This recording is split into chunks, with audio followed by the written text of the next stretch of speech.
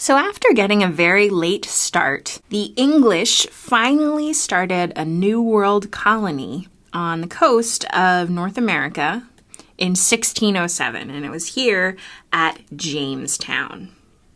The English colonists at Jamestown could not have been less prepared to settle a new world. They came from the Virginia Company, which was a joint stock company, or kind of like a modern-day corporation, which was trying to make wealth for its shareholders as quickly as possible.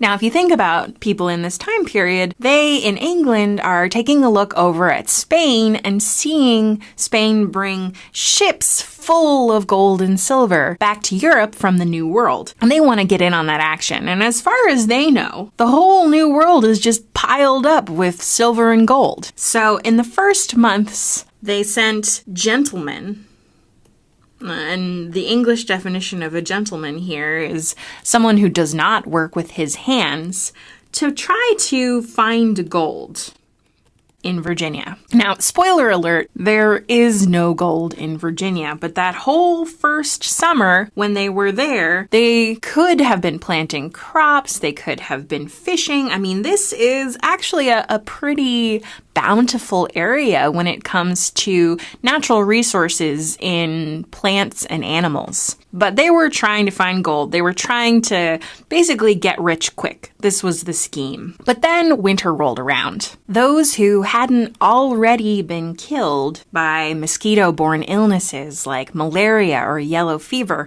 were now subject to starvation.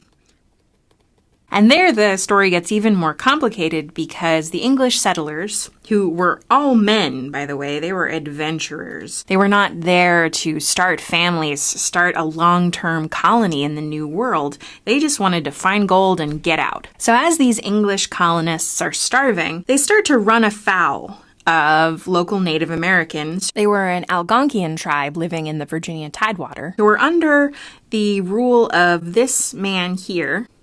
And this is a drawing of him done by John Smith, who we'll talk about in a second. His name was Powhatan. His real name was Wahun Seneca, but the English called him Powhatan. And the people that he ruled, the Powhatans. And as the English settlers realized that they had not put away enough for practically any stores to get them through the winter, they started raiding the food supplies of the Powhatans, which of course didn't make them very happy. They were also trying to survive the winter. And the Powhatans kidnapped John Smith. There's an engraving of him here. And they kind of tried to show him their power. So there's a legend that Powhatan was intending to execute John Smith, the daughter of Powhatan. Pocahontas also wasn't her real name. That was her nickname. It kind of meant little playful person.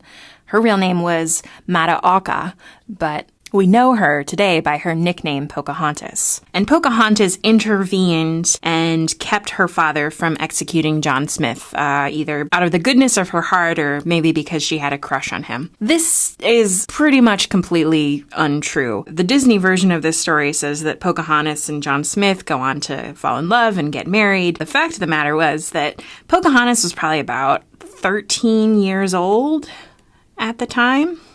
And she will go on to marry an Englishman, but not John Smith, John Rolfe, who is famous in another way, which we'll get to soon. It's also quite likely that Powhatan didn't actually intend to execute Smith.